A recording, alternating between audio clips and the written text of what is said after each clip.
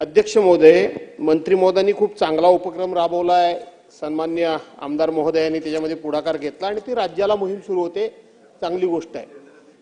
मला एकच फक्त शंका थोडीशी जी प्रत्येक ठिकाणी सतावते तेवढी मी आपल्याला विचारतो या अनुषंगाने की आता 7/12 वर आणि वडिलोपार्जित इस्टेटीवर मुलींचा नाव दाखवलं जातं, मुलींचं नाव दाखल केलं जातं।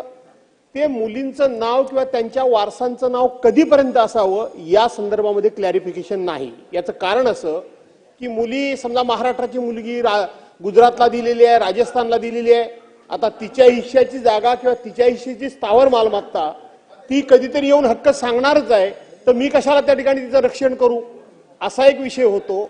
वर्षानुवर्ष ते दस्त देखील भरत नाही आणि म्हणून मुलीचं नाव लागावं ह्याला माझा विरोध नाही, परंतु त्याच्या पुढे किती पिढ्या ते नाव लागलं जावं याच्या संदर्भामध्ये कुठेही क्लॅरिफिकेशन नाही। अनेक अधिकाऱ्यांना मी विचारलं तर ते काय सांगत नाहीत।